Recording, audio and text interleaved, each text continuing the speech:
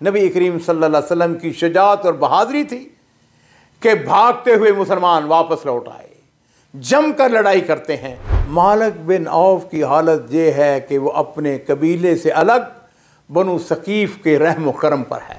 अखलाक नबी सल्लल्लाहु अलैहि वसल्लम के सुनहरे वाक़यात। हुनैन की जंग में मुशरिकीन की फ़ौज का सरदार, उसका नाम था मालिक बिन औफ। ये बनु हवाज़न से ताल्लुक़ रखता था और ये कमांडर बनु सकीफ के तावन से 25,000 का लश्कर लेकर हुनैन के मैदान में उतरता है। हुनैन जो है ये बिल्कुल मक्का मुकरमा के करीब, कुछ ज़्यादा दूर जगह नहीं है, बल्कि अब तो मक्का मुकरमा का हिस्सा बन चुका है। मालिक बिन औफ बड़ा शुजा, बड़ा बहादुर था और अपनी कौम के अंदर इसका एहतराम इस दर्जा था कि जब इसने अपनी कौम से कहा कि आप अपने साथ अपने माल, मवेशी, औरतें, बच्चे भी लेकर मैदान जंग में आएंगे, तो लोगों ने इसकी बात को तस्लीम किया।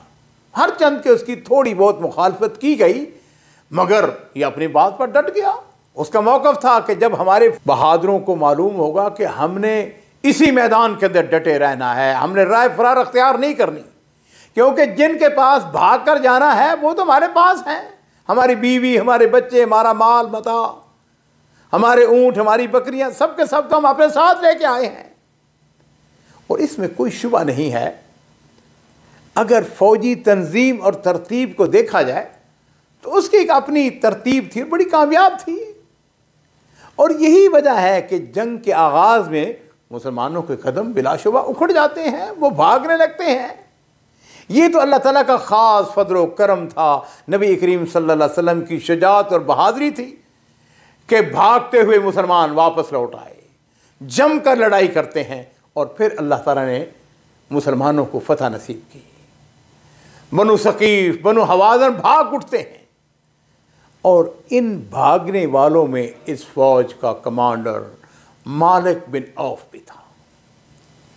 ये भागता है और सीधा कहाँ जाता है? ताइफ के अंदर बनु सकीफ का किला था, उसके अंदर महफूज हो गया। अब इस दौरान में इसके कबीले के लोग बनु हवाज़न ने इस्लाम लाने का ऐलान कर दिया, सोचना शुरू कर दिया। नबी करीम सल्लल्लाहु अलैहि वसल्लम की खिदमत में हाज़िर होते हैं तो अल्लाह के रसूल सल्लल्लाहु अलैहि वसल्लम व इन्नका लअला खुलुकिन अज़ीम, आपने उनके औरतें और बच्चे वापस कर दीजिए। और यहाँ पर ज़रा गौर कीजिए, एक कमांडर जो मैदान जंग में बुरी तरह शिकस्त खा चुका हो, उसकी हालत क्या होती है? वो लोगों को मुंह दिखाने के काबिल नहीं होता। मालिक बिन औफ की हालत ये है कि वो अपने कबीले से अलग बनु सकीफ के रहम करम पर है। ना उसके पास मालूम मता है, ना कबीले के अफराद हैं, और उसे बनु सकीफ से भी डर था, कहीं उसे हुनैन की जंग में हजीमत का जिम्मेदार ठहरा कर उसको कत्ल ना कर दिया जाए। और नाज़रीन किराम, ये मालिक बिन औफ है, एक शिकस्त खुर्दा कमांडर है, किसी को शक्ल दिखाने के काबिल नहीं है। लोग इससे नफरत कर रहे हैं, इसकी वजह से, इसकी गलत बनाने की वजह से, इसकी गलत हिकमत अमली की वजह से हमें शिकस्त हुई। लेकिन याद रखिए, एक शख्सियत ऐसी भी है जो इसके बारे में खैर ख्वाहाना सोच और जज्बात रखती है, उसके साथ हमदर्दी और भलाई के जज्बात। और वो शख्सियत कौन है? वो मेरे और आपके प्यारे रसूल सैयद वल्द आदम मुहम्मद रसूलुल्लाह सल्लल्लाहु अलैहि वसल्लम है। जब मालिक बिन औफ की कौम के अफराद आते हैं ना आपके पास, आपने पूछा कि मालिक बिन औफ कहाँ है? उन्होंने कहा अल्लाह का रसूल वो तो ताइफ के किले में है, लोगों से छुपता फिरता है, बड़ा खौफज़दा है, अपने मुस्तकबिल से परेशान भी है। तो नबी अलैहिस्सलातु वस्सलाम ने इरशाद फरमाया, अखबिरू मालिकन अन्नहु इन आतानी मुस्लिमन। आपने फरमाया कि मालिक को जाके इतला कर दो, मेरा पैगाम दे दो, अगर वो मुसलमान बनकर मेरे पास आ जाए, रदत्तु अलैहि अहलहु व मालहु, तो मैं इसकी अहलो अयाल और मालो दौलत वापस कर दूंगा।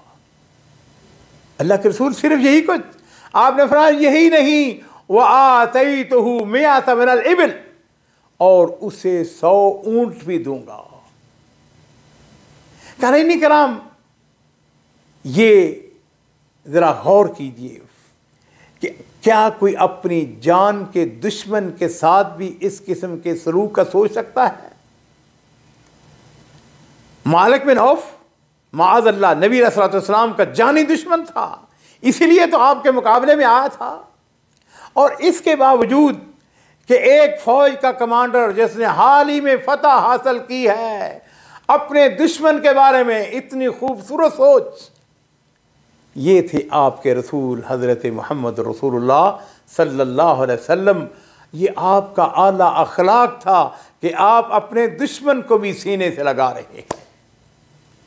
मालिक बिन औफ को नबी करीम सल्लल्लाहु अलैहि वसल्लम का जब पैगाम पहुंचा तो गोया उसके दिल की आवाज़ थी। जिस मुसीबत, जिस परेशानी से वो दो चार था, उसका हल यही था कि वो इस्लाम कबूल कर ले।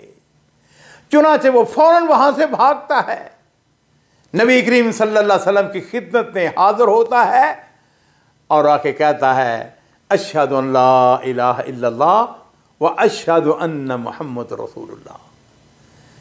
नबी करीम सल्लल्लाहु अलैहि वसल्लम ने उसके इस्लाम को कबूल फरमाया और आपके आला अखलाक को देखिए, आपने उस पर कोई शर्त आयद नहीं की, ना उसको मलामत की है, ना बुरा भला कहा है, ना कोई सवाल जवाब किया है, बल्कि अल्लाह के रसूल ने उसके तसव्वुर से भी बढ़कर उसके साथ अच्छा सलूक किया। आपने मालिक बिन औफ को दोबारा बनु हवाज़न का सरदार मुकर्रर कर दिया और उसके साथ ही एक हदफ उसके सुपुर्द किया जाता है और वो ये है कि उसे ताइफ को फतह करने की जिम्मेदारी सौंपी दी जाती है।